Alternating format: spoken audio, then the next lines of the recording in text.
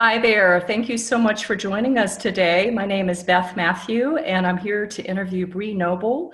Bree is the founder of Women of Substance Radio podcast, female entrepreneur musician, the Female Indie Musician Community, as well as Female Musician Academy. And there may be other things she's founded that I'm not remembering right now. She's done so much. She has so many accomplishments, and it's quite an honor to interview Bree today. And I do work with Bree. I'm on the team at Women of Substance Radio podcast and Female Entrepreneur Musician. So I want to interview Bree about her new book she has just come out with, and it is on Amazon. Its rankings are very high. I think it's ranking #1 in some of the categories right now, which is phenomenal. So Bree, congratulations. And wanted to interview Bree about her book and let you all know a little bit about it today. So Bree, I wanted to find out the first thing, what is your mission with the book that you have? Well, I have a couple of missions, and the first one is really just to get this framework out to more people. This is a framework, the 5-stage musician's profit path that I use in the Female Musician Academy that help people know kind of step by step how to go through and build their career. And, only the Academy members are getting access to that. So I wanted to get it out to a broader audience because I think, with a book, you can get people pointed in the right direction. And then if they want more help and accountability and all that stuff, then the Academy is a great place for them to go. But I just felt that this framework needed to get out to more people. And I wanted to, just be able to reach a broader audience beyond the people that I already have gotten connected with. As well as the other mission is that because I work specifically with female artists in a lot of the things that I do, male artists don't have access to this framework. So I wanted to make sure that I was, giving this framework to all musicians because it's what allowed me to be able to build my career both as a musician and as, the business that I have now. And I wanted to make sure to not, discriminate. Like I'm definitely not discriminating against men. I love men. I love male musicians, but I've always wanted to focus on women because I wanted to create kind of an exclusive community for women. But I have a lot of men that are on my email list and they say like, is it okay if I learn from you? And of course. So I wanted to provide something for them with this book that they could learn the stuff that I teach in the Academy as well. That's awesome, Bree. And you have built a wonderful academy. I'm part of that community right now. I mean, there's over 150 members, and it's just excellent. And I know you had shared with me too that you have probably 20% of your mailing list is men. And so I know they're excited to have this book come out. I think it's really cool. I don't know if all the audience knows this, but when Bree first put this book out, it was she launched it on January 14th of 2019, and she offered it free on Amazon, which was amazing. Today is the 16th, the day we're doing this interview, and so folks can still get this book for free on the 16th, and if they can download it on Kindle if they have an Amazon Kindle. And if they don't have Amazon Kindle, there's a free Kindle that they can download this book on. And so it is the musician's profit path, and it's fantastic. So Bree, I want to just ask you, I guess I was impressed too. The very first page of your book says, claim your free gift, 19 proven sources of income you probably haven't considered for your music career. And so you're very generous with your knowledge and your gifts, and that is at the very beginning of the book. So there are live links in the book. Is that correct? Yes, there's live links throughout. So I link to things like our free community when I talk about, there's a section in the beginning that says, don't be a lone ranger. And it's all about finding a community for yourself as a musician. So I wanted to make sure that people could find our community. I connect to any free gifts that I have because, when people come into contact with me through a book and they find me on Amazon, I want to make sure that we can continue to connect. And with Amazon, you don't have that option. Like, I don't know who these people are that are downloading the book. I don't have any way to follow up with them. So offering these free gifts and putting links in your book is a way that you can do that. Boy, I wish I could put links into a paperback, but that's the nice thing about Kindle, is that you can do that, and people do click on them. Absolutely. That's what a great idea. And so that I guess it kind of answered the question, but I was going to ask you, are you on social media? I mean, obviously I know the answer to this, but for folks that aren't as familiar with you, are you on social media, and can your readers interact with you? What would be the best ways for them to do that? Absolutely. So there's the female indie musician community. It's a free community for female artists. So we'd love to have you come over there. Beth is our community manager, and so we will both be very welcoming to you and try to help you kind of focus in on what you want to be working on now. I'm on Facebook, of course. We're on Instagram. My main way of connecting on social media is with Women of Substance. So if you look up WOS Radio on Twitter or Facebook, you'll find that community there. And then of course I'm on Facebook myself as an individual as well. Absolutely. And you're also on YouTube as well, right? You have a YouTube channel. Folks can follow you there, and you have really great content that you've been sharing to that as well. Yes, absolutely. I love making YouTube videos that are, people go to YouTube to figure out how to do something or to solve a problem. And so with YouTube, I'm making videos that help artists solve problems, whether it's a problem with time management or having too many ideas or not knowing, how to incorporate PR, whether they should hire somebody or whether they should try to do it themselves. Those are the kind of subjects I cover on YouTube. That's excellent, Bree. Well, thank you for sharing that.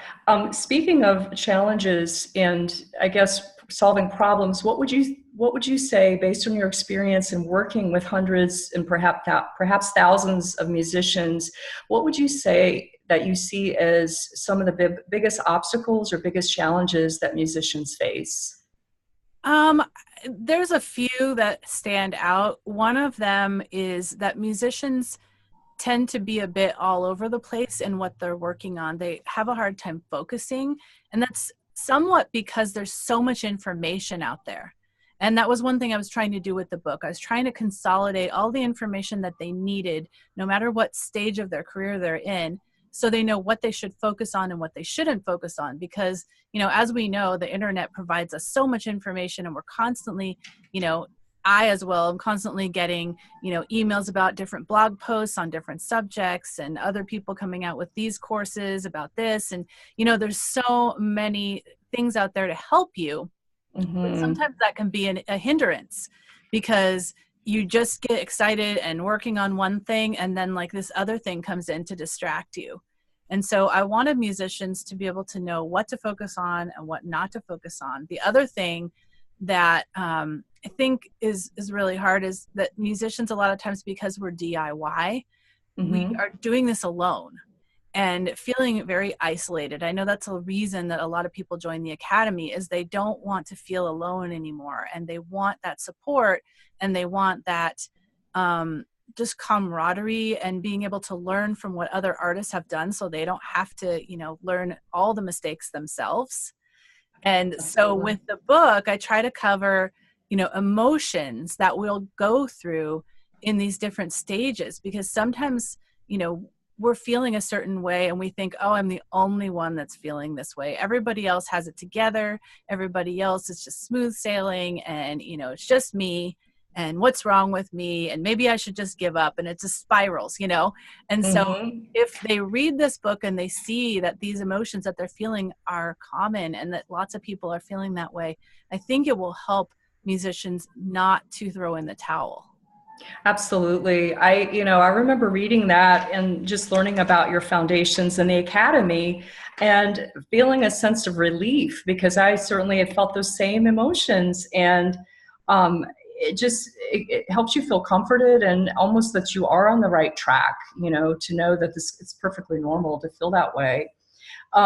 So speaking of the different stages, in your book, you talk about 5 stages that are sequential in a person's music career.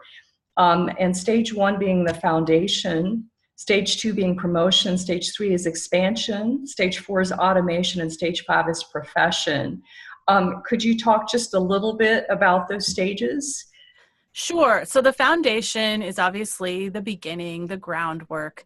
And although, there may be musicians who have been doing this for a few years, I find that a lot of them are missing some key items from the foundation, which for me is starting to build your email list, having a website, setting up social media channels, and getting out there and getting that base experience with performing, so you feel really confident. You've kind of got this rapport with the audience. You learn what works and what doesn't work, and you've developed this stage persona and this attractive character on stage.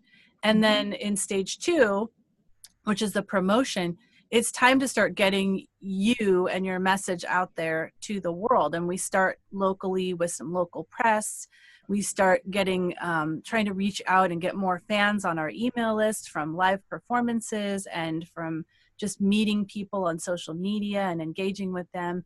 And then we start doing some performances where we actually get paid. And in this stage, it's smaller venues and it's house concerts, which I absolutely love for indie artists. And then in stage three, the expansion, this is an exciting stage. This is, the first two stages, sometimes it feels like a slog and it feels like, gosh, am I ever going to get some traction? But once you get to the expansion stage, you just start to feel like this momentum and this snowball building and building. And you're getting more people on your email list. You're starting to do bigger venues and you're just starting to just really find your wings as an artist. And then in the stage four, which is the automation, you start putting some things into place that are going to help you get some more sales and, of your music, and just communicate and connect with people better by automating a few things, some things in your email that you can have some automated welcomes, and you can have a sequence in there where when people join your list, they automatically get some, connection with you, that you don't have to do all the work yourself every single time individually.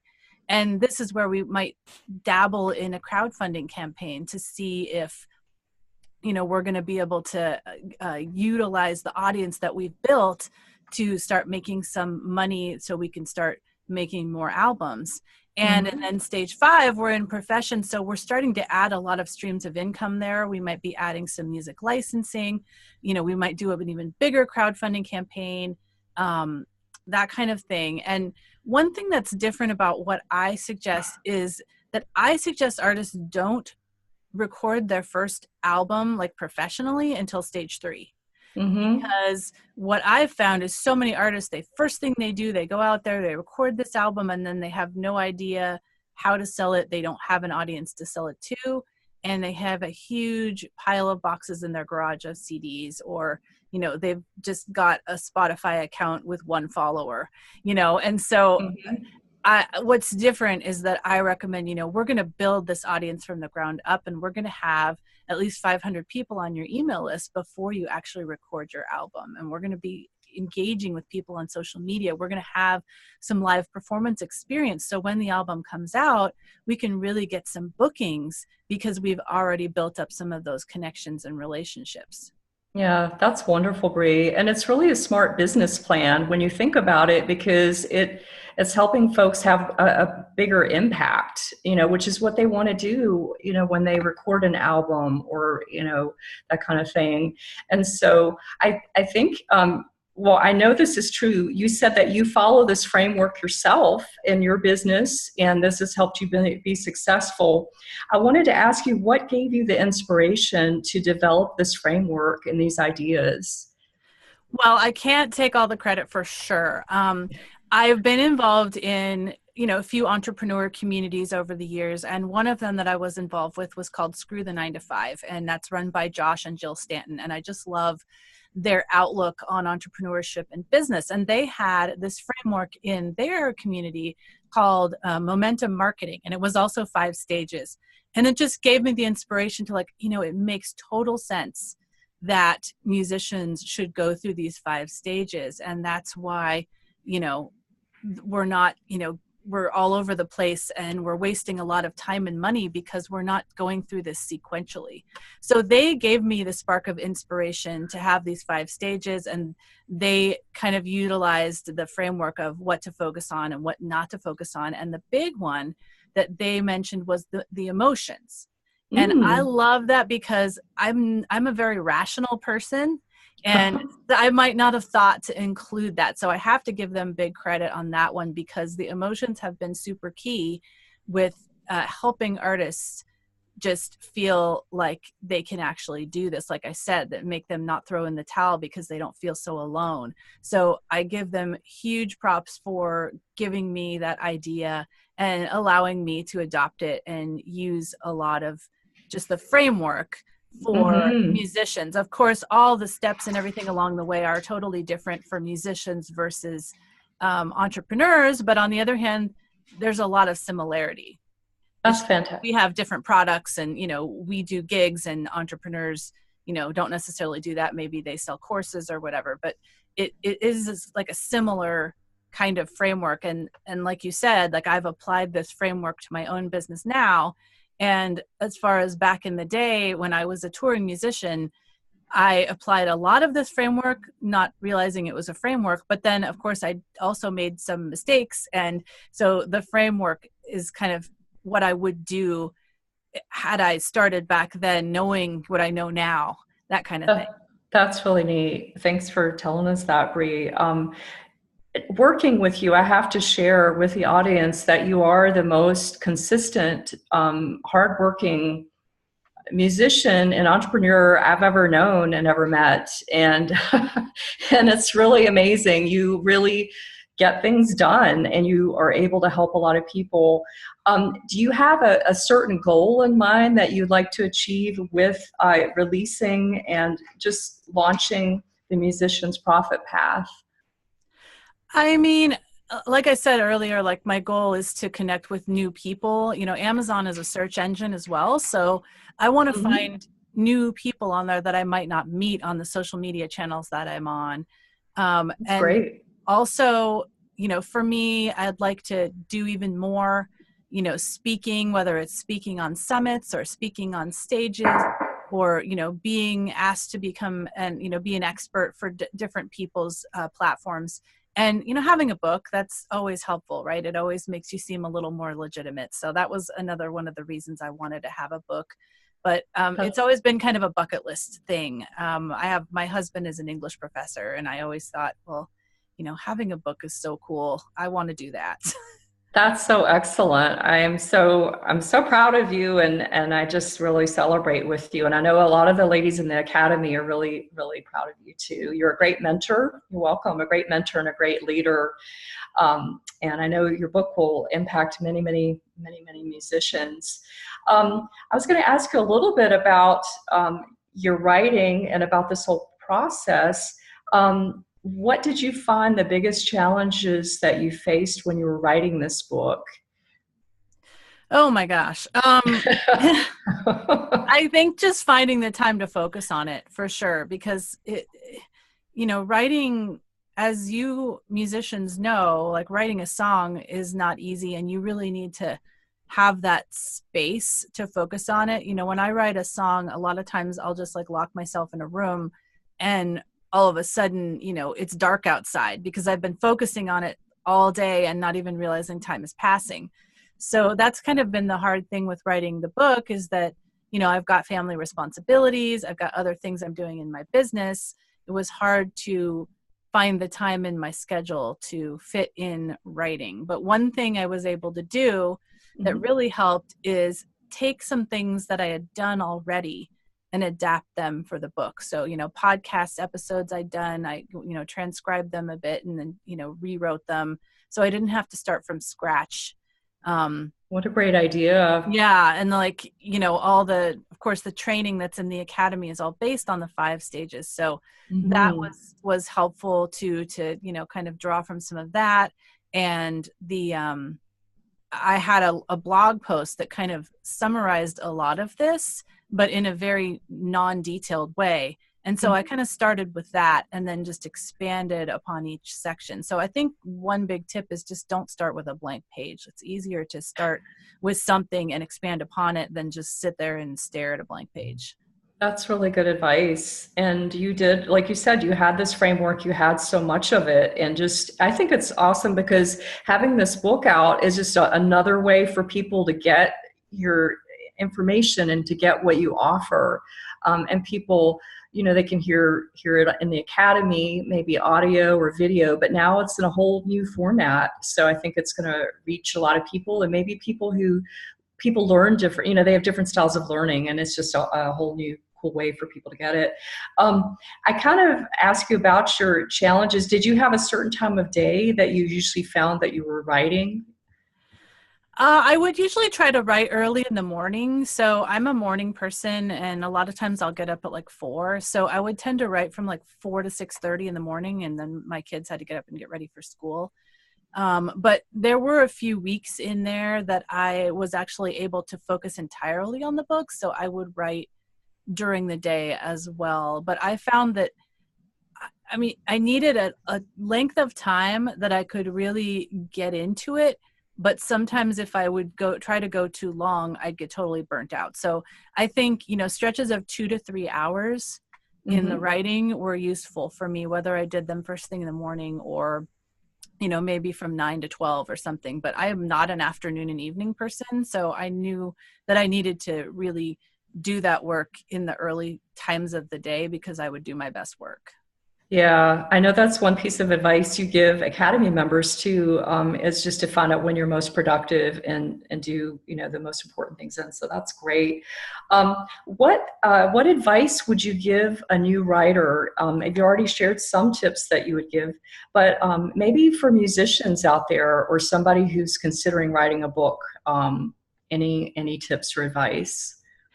I think, as I said, like I started with a blog post. And I think maybe starting a blog on the aspect of music that you're interested in writing about. I met some people along the way that are in the writing program that I was in. And, one of them was writing about stage fright. And one of them is writing about like the use of the Alexander technique. And so, just whatever it is that you want to focus on as a musician and is your kind of specialty, I would start blogging about that. Because number one, it gets things down on paper in a less, or not paper, but, digital paper in a less intimidating way where it's like, oh, I only have to write, 1,500 words. That's not that hard, and it allows you to drill down a little bit on specific aspects of the thing you want to write about. And then you can also get some feedback. So you can hear from people, oh, this was really helpful. Or, oh, I also do this. Maybe you should mention, this, like when I had stage fright, for example, this is what happened to me. And, you didn't mention that. So maybe you might want to also mention that. So, we can only present from our own perspective. So a lot of times just to get some stuff out into the world and to get some feedback, because I know with my framework, I've got a master class that has the same title as my book. And I put a lot of this out into the masterclass. And when I found people responding so much to the emotions, that again, like bringing up the emotions, that I was like, oh my gosh, I have to include these and expand upon these in the book because people really identified with this. So I think just getting some of your writing out into the world and getting some feedback, and then you won't be working from a blank page when you actually start to compile it into a book. And you can take, what I did was I started with a mind map and started thinking, okay, how would this book be organized and what items could I put into each section? And then I started going back and looking at other blog posts or podcasts I'd done. And I knew that those would allow me to not start from scratch, so I could, include those subjects into the places that they belonged. And it just made me feel like, oh my gosh, this book is already half written. How exciting. Wow, that's great. That's really great. Did you, I was going to ask, did you take a class? You mentioned there were other people. Was it a course that you took? So I'll fess up on this one. So I, in 2015, I joined a course called Self-Publishing School. And because I really wanted to publish a book.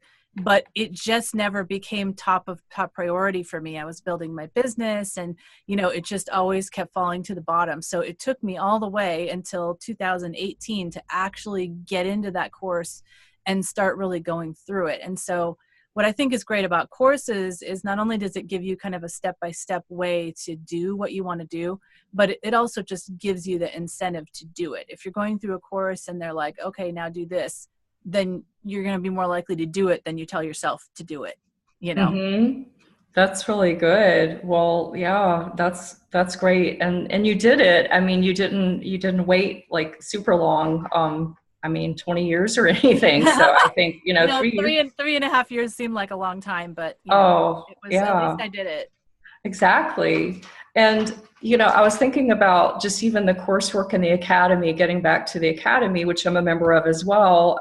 You've developed a lot of course content in there that goes into even more depth than the book. The book is amazing, but the academy, you have resources, and when people are in there, they have full access to those, right? 24/7. Yes. Anytime they would like to be in there. Yeah, I think the good thing about the academy, I mean, you can learn what to do in the book, but in the academy, you learn more of the how. And, I show you on video how to do things, and I go more in detail on, certain subjects that I can't possibly do in a book. Mm-hmm. Yeah. And then you have the support of members, you have other folks around you, and you have this group of folks that you can, get support from and encourage them as well. Yeah, that is so key. Like if you're just reading a book, there's no one there to keep you accountable to actually do the steps in the book. So that's what's so great about the academy is we're all kind of doing this together. And Mm-hmm. we've got, this Wednesday wins thing where we put in what things we did this week and what things are going well, and we're encouraging each other, and just watching what other people are doing is encouraging us.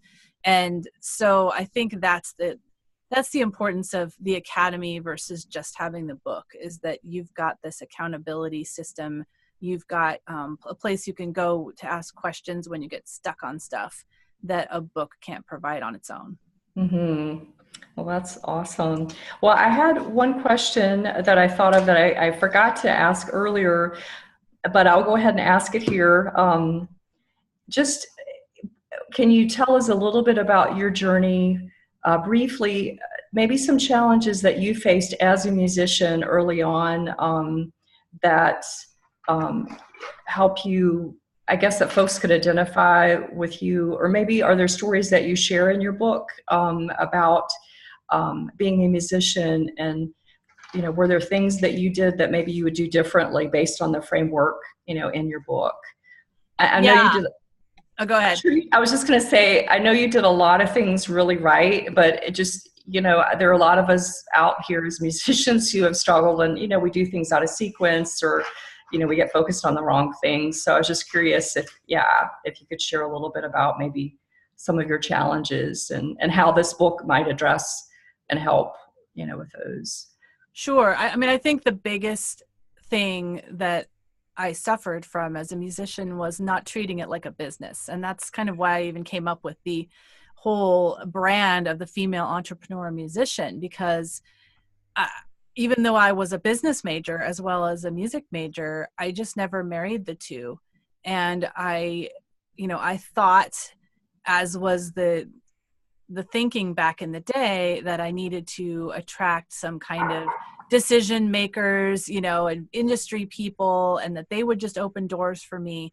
And I never even realized that I could start building it myself and I didn't have to wait. And so that was one of the things that I talk about in the book, is that, even in 2019, which is still surprising to me, I encounter so many people that have this mindset. I'm just going to wait for somebody to come along and hand me a career.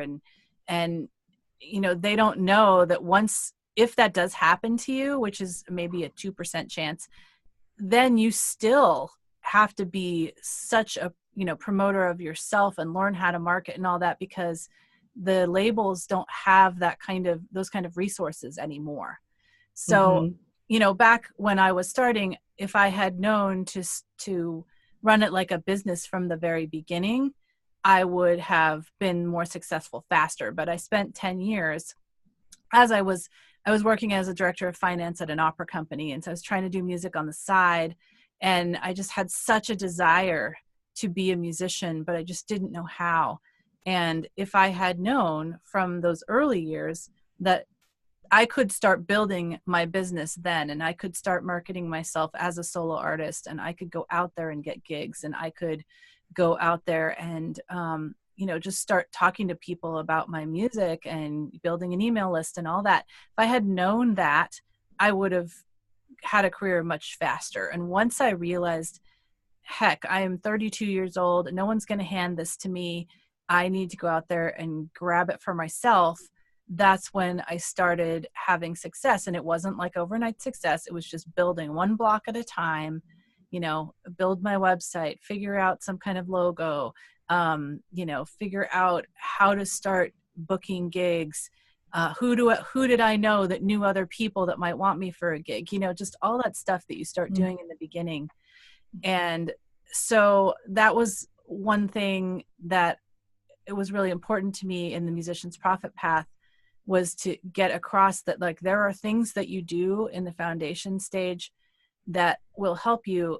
There are things that you don't do that you see other artists doing because they're further along than you, that won't work for you when you're in the foundation stage, because you haven't built that foundation of a business that you could capitalize on. If you're in the foundation stage and you go spend $10,000 on a PR campaign, it's not going to be very effective for you, especially if you don't have a website, you don't, you haven't even learned how to really perform effectively in front of people.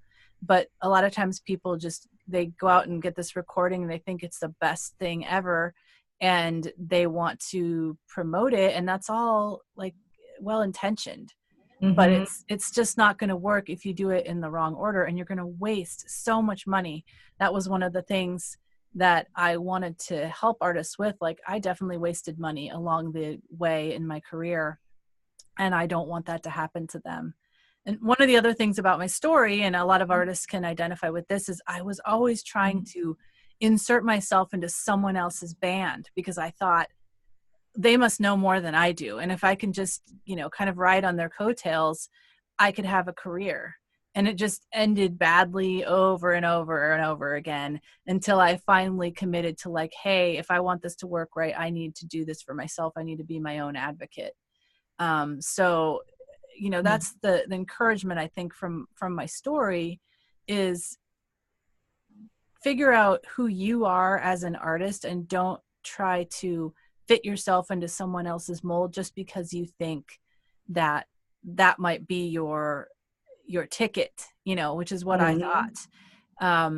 Once I really committed to, like, hey, like, maybe I'm not, maybe I want to be some amazing, like, Sarah McLachlan type artist, but that's not what I do naturally. What I do naturally is I am an inspirational and Christian artist. I really identify with people in their 30s who are moms.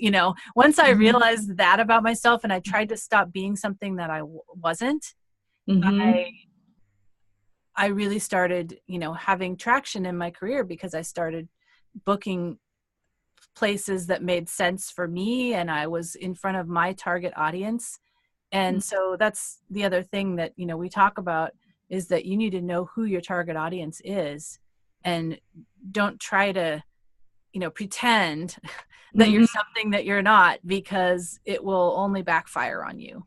Yeah. Wow. Bree, that's all so good. And your story is really powerful, and it makes your message powerful because you've lived it. You've like you said, some of the challenges, some of what you thought about what a music career should look like, or maybe, thinking it was going to be a certain way, or waiting for somebody to bring you that success or fame, but then learning that it's about you owning your music career, and which you've done, and being authentic to who you are, your true self. And it's just so powerful. So thank you. I think that's what makes your book really exciting, because you're not just writing this book trying to tell people how to live their lives or have a music career, but it's out of your passion and your purpose of who you are, that you've developed this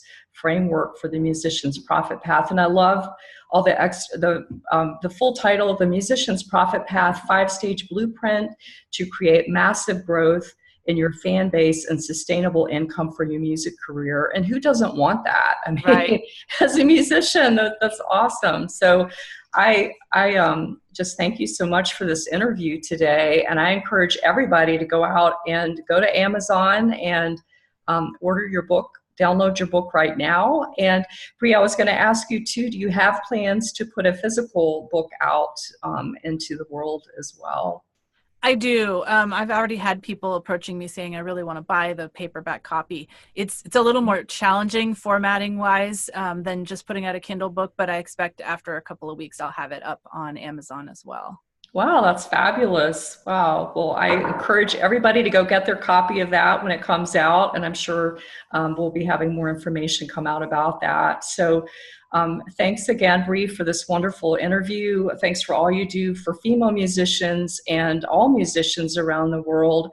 If folks have not listened to your station, I encourage them to go on Women of Substance Radio podcast too, where they can hear great music, a great podcast, and just to check you out and to get this book as soon as possible. So thank you so much. Thank you, Beth. I really appreciate all your insightful questions. You're very welcome. All right, we'll talk to you soon.